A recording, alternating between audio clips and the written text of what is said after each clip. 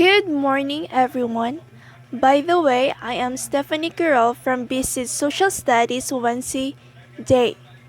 Today, I'm continue the reporting of Miss Ninja Jane Tihiro, which is she's reporting about the economic geography, but today is the implication for trade theory and the potential of economic geography.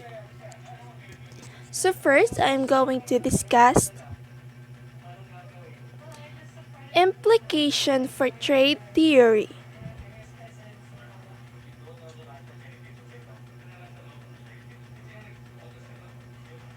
But first, let us know what is trade theory.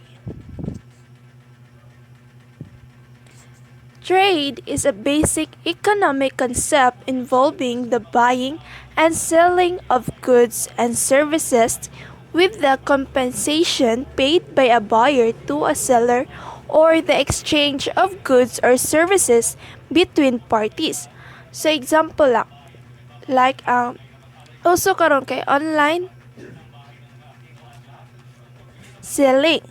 Just like ako ang seller. So nag-online selling ko, then na mga buyer which is katong mo order sa akong gi-sell. So kato sila mo na sila ang mga buyers which ako mo ang seller. So that is the trade basic economic concept. And next, trade can take place within an economy between producers and consumers. International trade allows countries to expand markets for both goods and services that otherwise may not have been available to it. Also, international trade theory is a subfield of economics which analyzed the patterns of international trade. International trade policy has been highly controversial since the 18th century. The aim of trade theory is to explain the existing patterns of trade, the impact of the domestic economy, and the type of public policies that should be introduced to increase a country's well-being. So mo ni natatag ang trade theory, ang international trade is ilang aim is to explain the existing patterns, the impact of domestic economy. So that is trade theory. Next is disentangling their two concepts may be particularly useful for trade theory. In canonical models of trade, E.Q. Krogman 1990 countries characteristic garnered the most attention. Countries' distance from one another is a key characteristic in the gravity model of trade by Venables 2008. Countries further apart trade less with each other. All else equal, although the importance of distance for bilateral trade flows has declined over time. It remains a robust predictor of trade flows between countries. And also, firms' geographic futures may influence both their policy preferences and their political clout.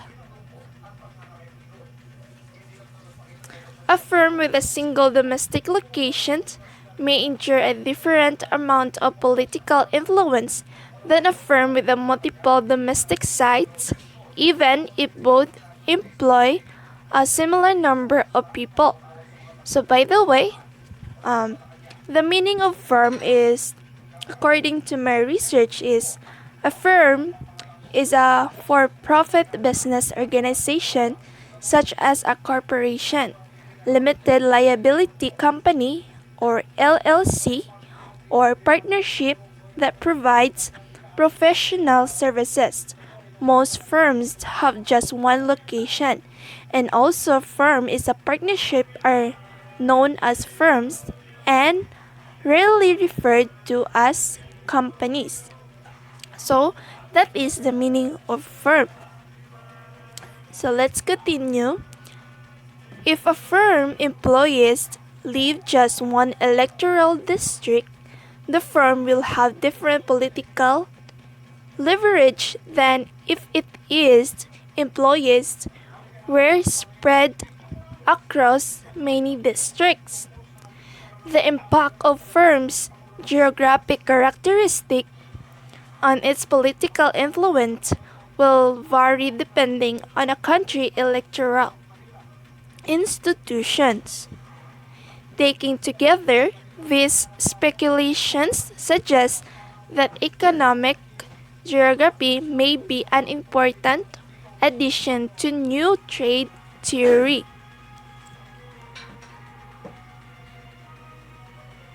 So let's move the potential of economic geography.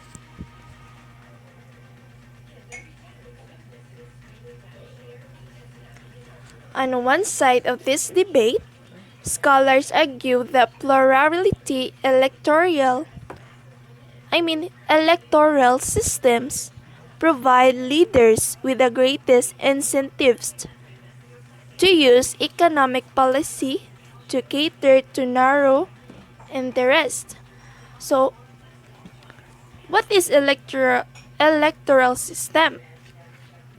An electoral system or voting system is a set of rules that determine how elections and referendums are conducted and how the results are determined. So that is the meaning of electoral system. There are three electoral districts. Each district contains 1/3 of the population and elects one legislator. And also assume that for each industry, all capital owned by residents of a single district. As a result, legislators represent constituents with industry-specific economic interests. Upon forming the government, the delegation from the majority party seeks to maximize the welfare of its constituents. If the party in power represents all three districts, the legislator will maximize the welfare of the entire country by setting tariffs at zero. In contrast, if the governing party represents only two of the three districts, they will set a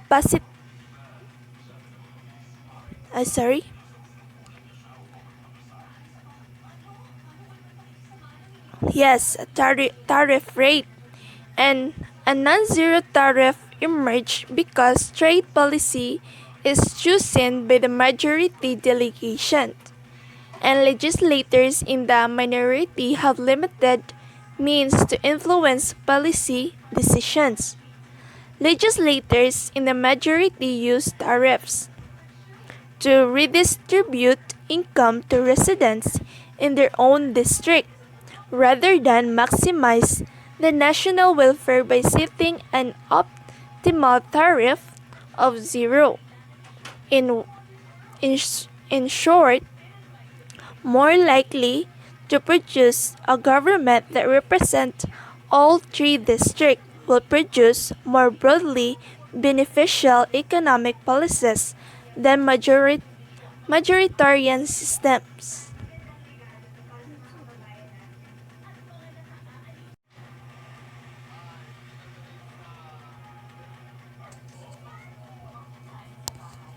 A theoretical model developed by Bueno de Mesquita et al.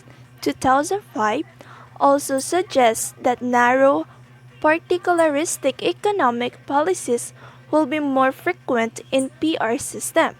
By the way, guys, PR system is stands for proportional representations, which is means characterized electoral system in which divisions in an electorate are reflected proportionately in the elected body. The concept applies mainly to geographical and political divisions of the electorate. So let's continue. Uh, PR system done in a plurality system. Their moral examines the political consequences of a winning coalition size. A winning coalition is a subset of the electorate with sufficient size to give its leadership political power to negate the influence of the remainder of the electorate and the disenfranchised members of the society. By the way, coalitions means two or more people, political parties, states, etc. agree to work together temporarily in a partnerships to achieve a common goal. The winning coalitions is larger in the majoritarian system than in the PR system, according to Bueno de Mesquita et al. As the size of winning coalitions grows, the cost of private goods such as subsidies or product-specific tariffs increases. Also, according to their logic, narrowly beneficial economic policies will be less frequent in a majoritarian system than in a PR system or proportional representation system.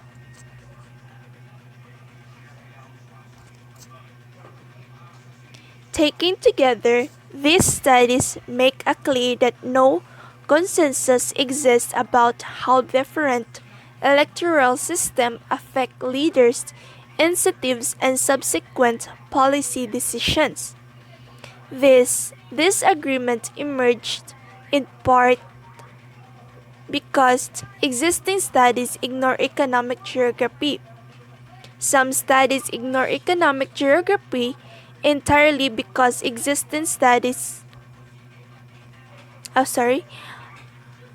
some studies ignore economic geography entirely. Others make strong assumptions about the geographic distributions of economic activity. For example, some models explicitly assume that each electoral district contains one unique industry concentrated entirely within the district, according to Mark Gilvary 1997 and Grossman-Hellman 2005. Although economic activity is lumping, industries are rarely contained within a single electoral district. Moreover, different economic sectors and industries displays diverse patterns of geographic dispersions, and these patterns vary between countries. Next,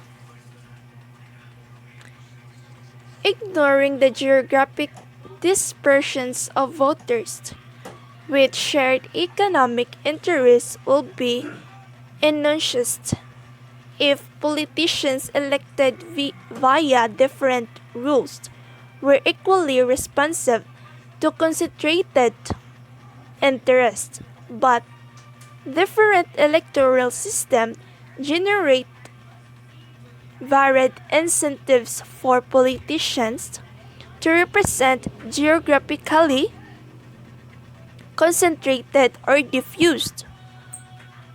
Plurality systems generate the greatest incentives for politicians to respond to geographically concentrated groups. Also, PR systems and particularly closed list PR system create powerful incentives for leaders to cater to the interests of geographically diffuse groups according to Richard 2012-2018. In this way, the economic geography provide a solution to the long-standing debate over how electoral institutions shape economic policies. Leaders in PR systems will sometimes spend more money on subsidies than leaders in plurality system. Namely, when the beneficiaries are geographically diffused, according to Ricard. When the beneficiaries are geographically concentrated, leaders in plurality system will spend more money on subsidies than leaders in PR systems. All else equal. In short, the effect of electoral institutions on economic policy depends on economic geography. So that is the conclusions of the potentials of economic geography.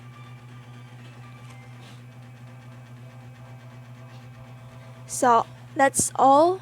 Thank you.